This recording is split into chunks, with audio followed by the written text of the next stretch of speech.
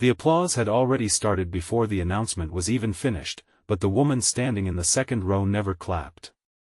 3 years of arriving before sunrise, sacrificing weekends, solving impossible crises, carrying an entire company through its darkest months, and in a single breath, everything she had built was handed to someone else.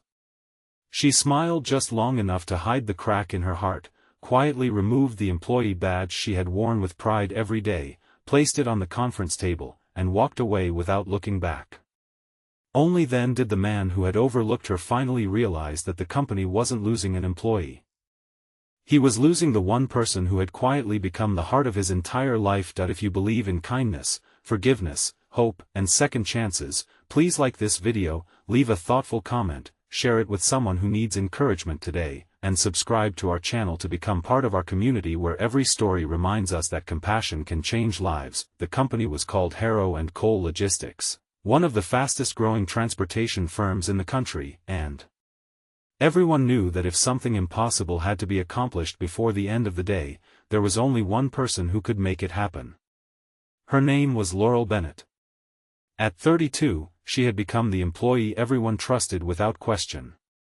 She never chased recognition. She never demanded praise. She simply worked harder than anyone else because she believed excellence spoke louder than ambition. Every morning she unlocked the office before most lights across downtown had even switched on. Every afternoon she stayed until every urgent task had been completed. She remembered birthdays, helped struggling co-workers without asking for credit, trained new hires patiently, and quietly fixed mistakes others hoped no one would notice. Her desk had become the unofficial help center for the entire company. If someone panicked, they called Laurel. If a client threatened to leave, Laurel found a solution. If an entire shipment disappeared, Laurel somehow managed to recover it before anyone noticed the disaster. At the center of the company stood Rowan Mercer, the founder and chief executive. He had built the business from almost nothing after losing his parents in a tragic accident years earlier. Success had made him respected, but it had also made him cautious. He trusted numbers more than emotions and performance reports more than conversations. He admired Laurel's work deeply, yet he rarely expressed it. Every thank you became another assignment. Every success became another expectation. Somewhere along the way he convinced himself that truly dependable people never needed encouragement because they would always stay. For 3 years Laurel believed that her dedication mattered. She never asked for promotions because she assumed they would come naturally. When rumors spread that the position of operations director would finally be filled, nobody doubted who deserved it. Even senior managers quietly admitted that the role had practically been built around Laurel's achievements. She had increased efficiency, reduced costs, rescued failing contracts, and earned the loyalty of clients who refused to work with anyone else. Her co-workers smiled whenever the subject came up because they wanted the announcement almost as much as she did. Instead, Rowan promoted Garrett Holloway, a recently hired executive with an impressive resume and polished confidence but almost no understanding of the company itself. The board loved his credentials. Investors admired his presentation skills. Rowan convinced himself that leadership required outside experience rather than quiet loyalty. During the applause, Laurel felt strangely calm. The disappointment hurt so deeply that it became almost peaceful. She congratulated Garrett sincerely because bitterness had never been part of her character. Then she returned to her desk, packed the framed photograph of her late grandmother, collected a small notebook filled with years of handwritten ideas, removed the little ceramic coffee mug a coworker had given her on her first anniversary, typed a brief resignation letter, and placed her security badge on Rowan's assistant's desk. By the time Rowan finished the celebration and returned to his office, Laurel was already walking through the lobby toward the bright afternoon sunlight. His assistant handed him the resignation letter with trembling hands. Rowan read it twice before the words made sense. There were no accusations. No anger. No demands.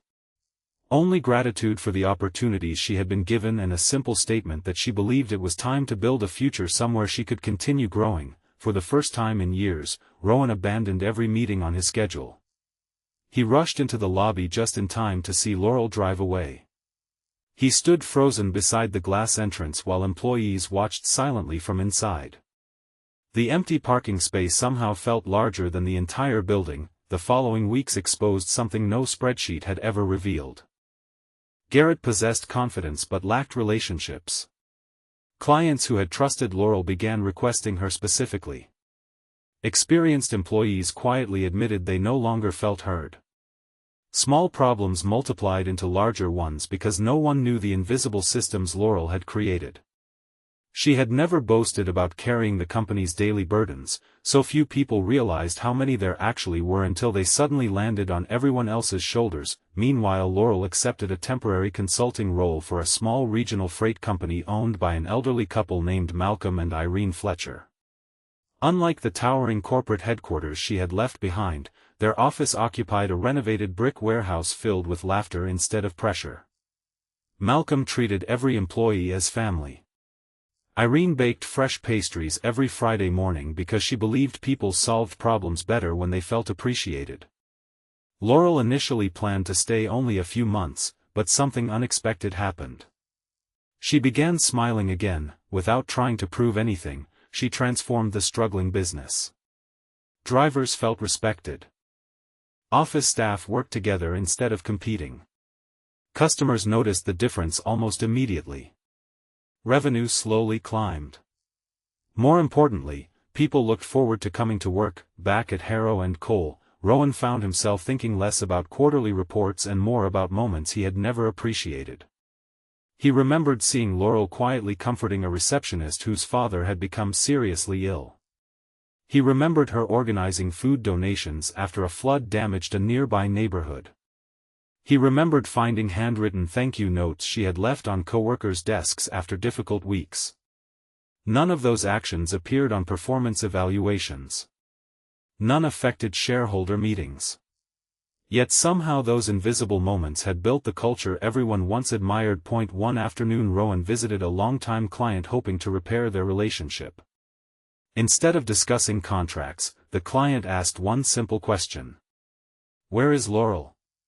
When Rowan admitted she had resigned, the client sighed heavily and explained that they had remained loyal to Harrow and Cole because Laurel always treated them like partners rather than account numbers. She remembered birthdays, checked on their families, and solved problems before invoices were even discussed. The client ended the meeting politely but made it clear that business relationships depended on trust, not merely pricing. Driving back beneath the bright afternoon sky, Rowan finally confronted the truth he had avoided.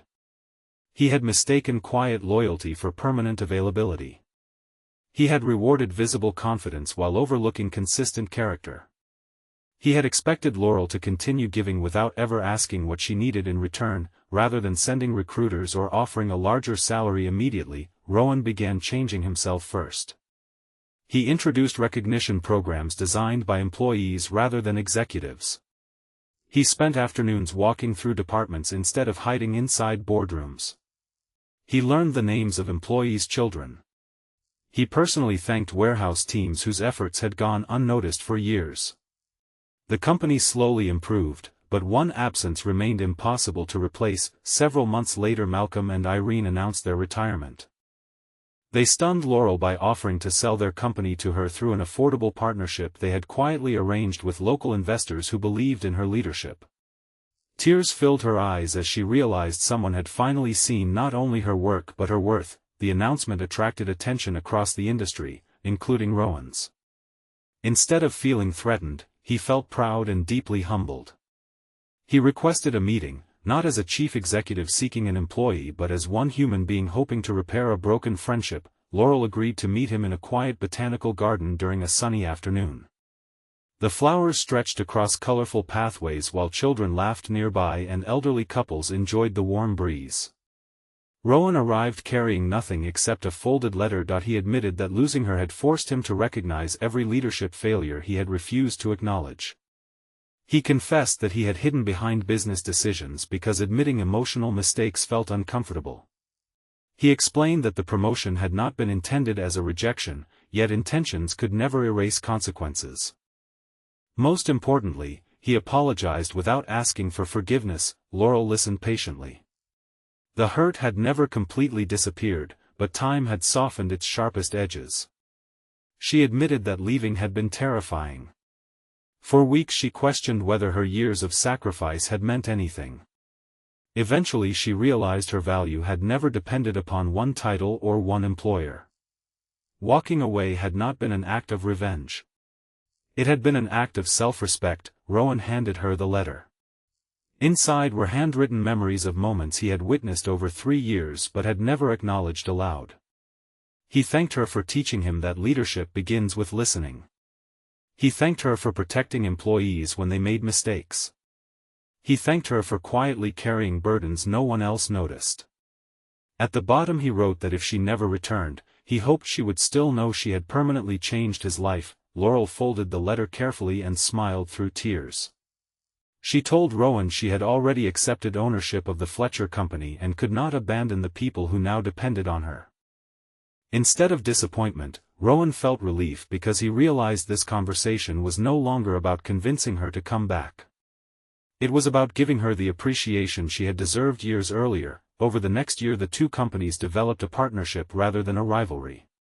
They shared resources during emergencies, created apprenticeship programs for young professionals, and built a scholarship honoring hardworking employees whose dedication often went unnoticed.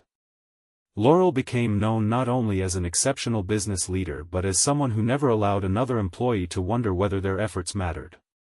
Rowan became known as the executive who openly admitted mistakes and believed humility was the strongest quality a leader could possess. Many people assumed the greatest moment in the story had been the resignation that shocked an entire corporation. They were wrong. The greatest moment came much later, when two people chose growth instead of pride. One discovered that respect cannot be postponed until someone leaves.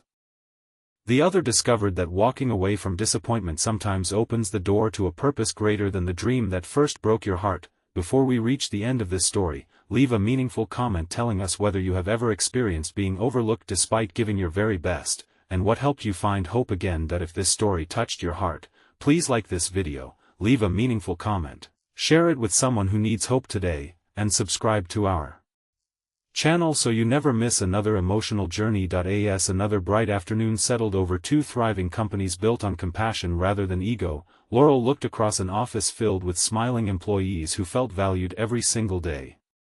Rowan stood in his own headquarters thanking a new trainee for a job well done before walking outside to greet warehouse workers by name. Neither of them had received the future they originally expected. Instead, they found something far greater. They discovered that success without appreciation is empty, that recognition delayed can become regret, and that forgiveness never changes the past but always gives the future a chance to become something beautiful. Their paths had separated, yet the kindness they finally shared continued changing countless lives, proving that the most meaningful promotions are not written on office doors but carried forever inside grateful hearts.